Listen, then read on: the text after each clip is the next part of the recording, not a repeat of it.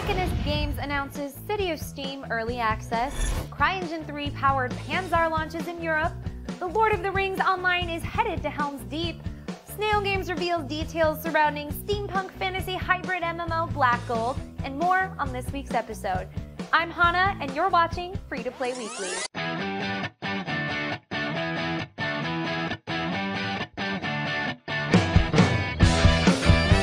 Starting on May 10th, Mechanist Games will open up an exclusive early beta access for their steampunk-inspired MMORPG, City of Steam.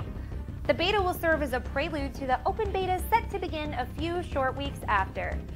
The early access period will be made available to players through key distribution, as well as to those who are collaborators or are subscribed to the game's newsletter. In terms of player progression post-early access, Mechanist Games aren't planning on wiping characters, but warn that if something really problematic pops up, they may have to. Players returning to the streets of Nexus can expect to see quite a few updates, including a new talent system, updated crafting, new zones, and improved dungeons.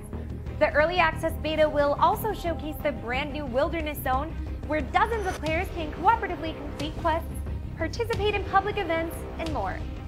Interestingly, not all classes and races will be available during the early access period. Out of the 11 races and 4 classes in City of Steam, only 3 of the classes and 4 races will be selectable at the start, with plans to build up to the 4th class and 7 other races throughout the early access beta period. Mechanist Games assured players the decision was not because they hate the player's guts or anything. Far from it. Instead, it's to allow for more focused testing of content. With free-to-play games, it's all too easy at times to forget that an open beta can still mean things aren't quite final.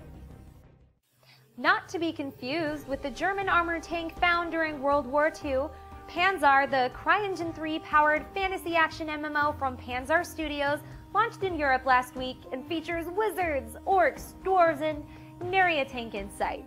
The game sells itself as an action MMO, but so do lots of games nowadays.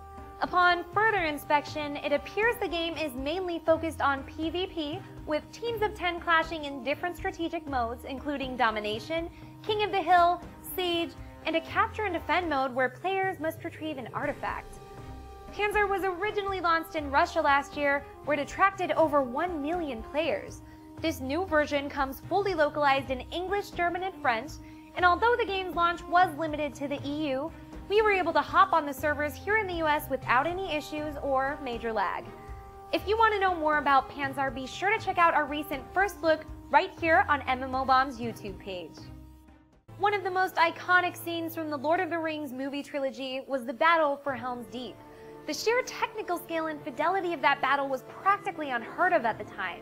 Now, with the announcement of the Lord of the Rings Online latest expansion, players are finally getting their chance to experience the battle for themselves. The Lord of the Rings Online Helm's Deep marks the 5th expansion for the popular MMO, and has players directly involved in the battle for Helm's Deep, because otherwise, what's the point? The expansion has players fighting to defend Helm's Deep starting at level 10, as their character enlists as a soldier in the Battle of the Hornburg, said to be the most massive conflict yet for the MMO. By participating in the fight, players will earn rewards whether they win or whether they lose. Though obviously for the sake of keeping your digital head attached to its digital body, you might want to win. Max level players can expect 10 new levels of progression from level 85 to the new level cap of 95. The increase in level cap comes with the obvious new skills, as well as completely updated class specializations.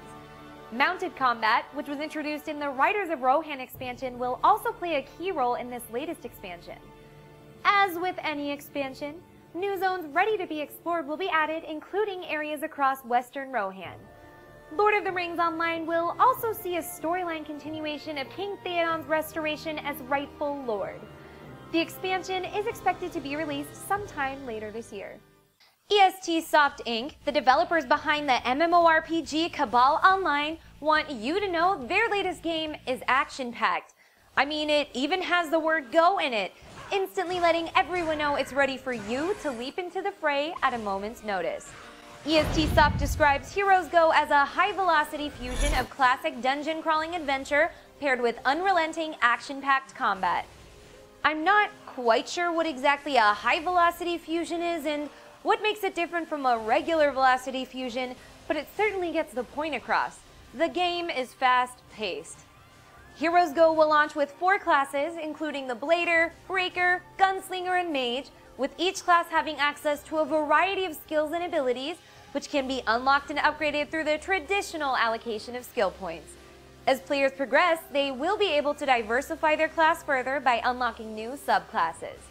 The trailer accompanying the announcement showcases some of the combat one would expect from any 2013 dungeon crawler, with the exception of the camera, which seems to alternate between traditional side-scrolling and a third-person perspective.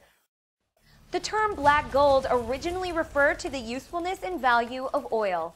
Now, Black Gold refers to an MMO which intricately blends the world of magic with steampunk technology.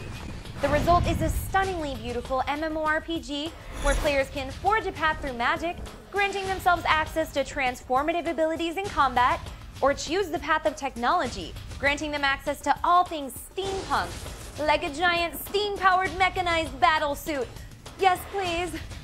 Black Gold, which is being imported from the East by Snail Games, is powered by the Flexi engine, which is the same engine used in Age of Wushu, and will include over 3,000 dynamic events, PvE, PvP, and even the ability to change the game world itself. Snail Games plans on unveiling more info about the game at this year's E3, and of course, MMOBomb will be there covering it. Speaking of which, is there anything specific you would like us to cover at this event? Be sure and let us know in the comments below. And the game of the week is Offensive Combat. Offensive Combat is a 3D browser-based FPS that aims to be just that, offensive. With a variety of teabag maneuvers, crude internet jokes, silly kill streaks, humorous melee weapons, Offensive Combat aims to appeal to those who enjoy internet humor. Players can customize their characters with crazy outfits, which can range from a panda dressed in a banana suit to a lizard with tentacle arms. The game offers a large variety of high-tech weapons to choose from, with new weapons added to the roster regularly. Offensive Combat offers multiple game modes, including Free-for-All, Team Deathmatch, Capture the Flag, and Capture Point. If you're looking for a browser-based shooter with impressive graphics, regular content and balance updates, as well as a silly sense of humor, then be sure to check out Offensive Combat. Thanks for tuning in this week, you guys. As always, be sure to like, subscribe, and leave us a comment down below. Be sure and check out our website, MMOBomb.com, for any information about the games you heard today, and I'll see you guys next week.